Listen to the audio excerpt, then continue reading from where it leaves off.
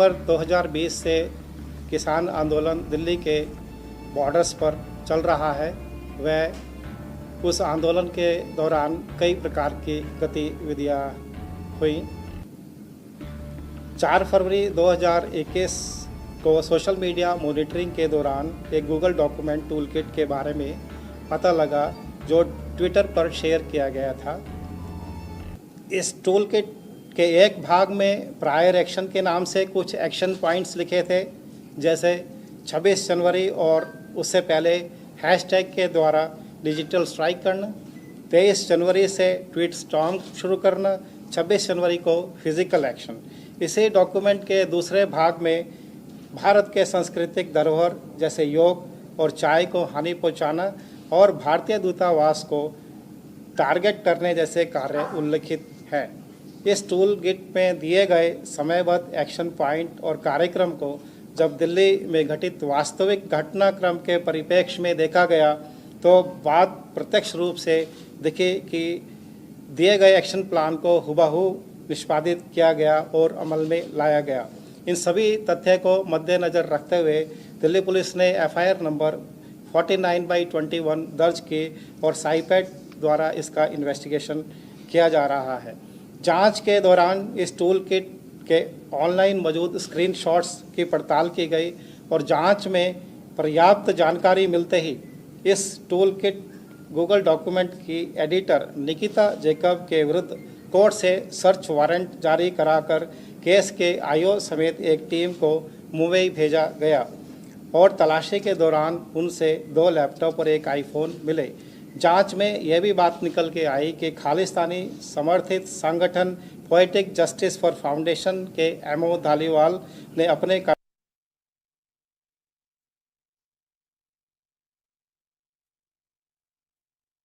Republic day के दिन global day of action करना और उससे पहले और बाद में ट्वीट स्टॉर्म और डिजिटल स्ट्राइक करना।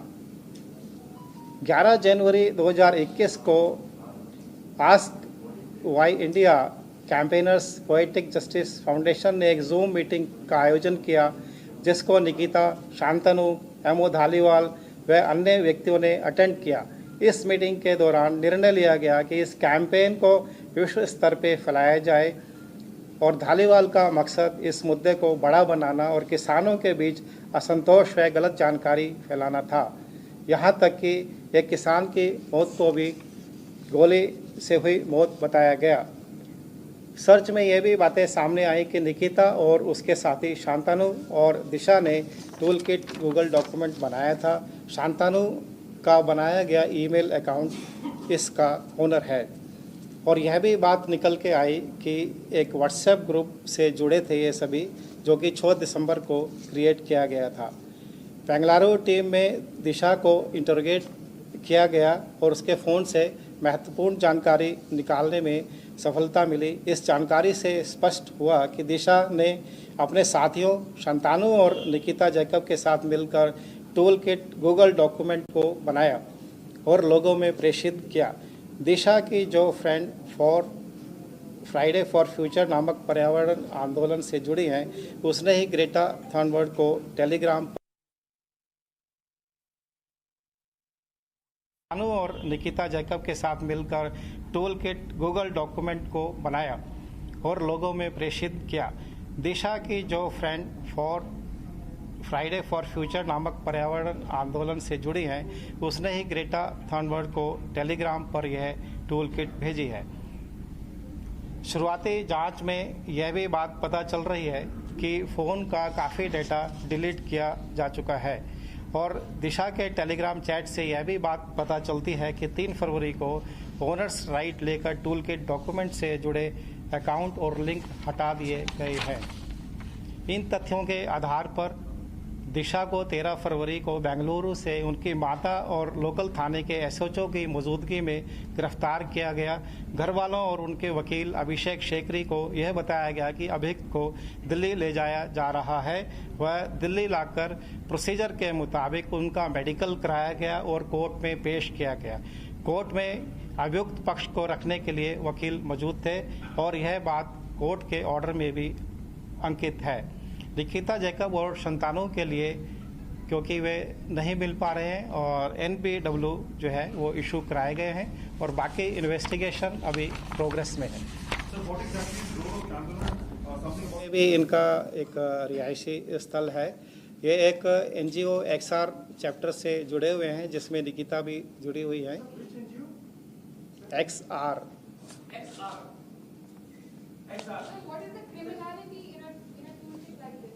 What is the Toolkit is already studied with the document released by the Poetic Justice Foundation, and it is Khalistani NGO based. They're not inciting violence, sir? Pardon? They are not inciting any violence in the toolkit? What is the criminality? The organization which is already behind this toolkit is a banned organization. आप इस toolkit document को देखेंगे तो ये बहुत ही ध्यान से और बहुत ही विवेक के साथ बनाया हुआ डॉक्यूमेंट है, सोच समझ के साथ बनाया हुआ डॉक्यूमेंट है। किस दिन क्या गतिविधि करी जानी है, किस दिन कौन सा हैशटैग को ट्रेंड कराया जाना है, किसको फॉलो करना है, किसको टैग करना है, ये बहुत ही विस्तार से इसमें बताया हुआ है। अगर आप ये देखेंगे कि किसको फॉलो करना है, बिकॉज फॉलो उसको किया जाता है जिससे आप कंटेंट प्राप्ति की उम्मीद करते हैं, रिसोर्स पर्सन मानते हैं उसको। तो किसको फॉलो किया जाना है, अगर आप इसको देखेंगे तो आपको उसमें established fact checking organisations, non governmental organisations, media houses जो हमारे आपके सबके संज्ञान में हैं, उनको फॉलो करने की बात करी है। उन्हीं के बीच में एक अटपटा सा नाम दिखेगा आपको, that is Peter Frederick.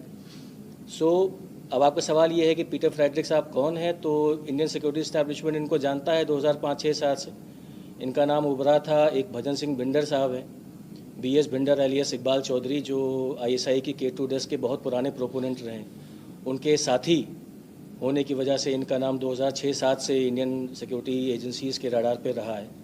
Peter Frederick साहब कई सारे ऑर्गेनाइजेशंस चलाते हैं BS भिंडर साहब के साथ, और BS भिंडर साहब खुद पहले कभी ड्रग्स की स्मगलिंग के लिए, कभी फायर आर्म की पेडलिंग के लिए, काफ़ी लंबा इनका इतिहास रहा है। At one point of time USDA के भी ये POI रहे थे BS भिंडर। खुद को कभी मलेशिया का बताते हैं, कभी बाकी कंट्रीज़ का बताते हैं। अब प्रश्न सिर्फ ये है कि पीटर फ्रेडरिक का नाम एज अ रिसोर्स पर्सन इस पर्टिकुलर टूल किट में क्यों डाला गया? क्या ये मोह धालीवाल के कहने पर डाला गया, या दिशा, निकिता एंड बाकी सबका इनसे कोई डायरेक्ट कनेक्शन भी है, एंड थ्रू इनके BS भिंडर से कोई डायरेक्ट कनेक्शन है? So that is a matter of investigation which we expect to find out in the coming days. Sir, एक सवाल मेरा है कि जो जूम मीटिंग हुई 11 जनवरी उसमें क्या डेटा की शामिल थी जूम मीटिंग, और कितने लोग शामिल थे? अभी तक जो मालूमात हुए हैं उसके हिसाब से करीब 60 से 70 लोग उस जूम मीटिंग में मौजूद थे, जिसमें निकिता भी शामिल थी। मैंने अपना जवाब बता दिया आपको। आप अनेश कुछ बताना चाहेंगे इसके बारे में? अभी एक उनका जवाब। I will answer your question about the toolkit and how it is relevant. You see, this toolkit document is not a static document. It is a dynamic document in a sense that it has certain hyperlinks.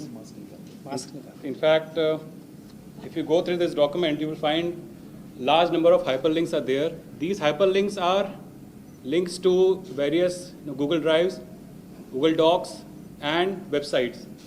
One of the important websites which is present here is askindiawhy.com. If you go to that site, you will find a lot of secessionist, pro-Khalistan content present in that site.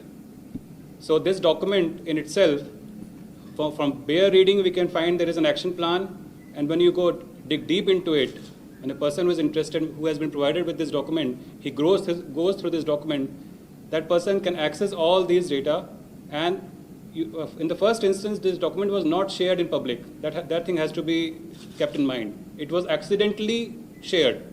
So this was a private document to be shared among limited number of people who were to then influence public opinion.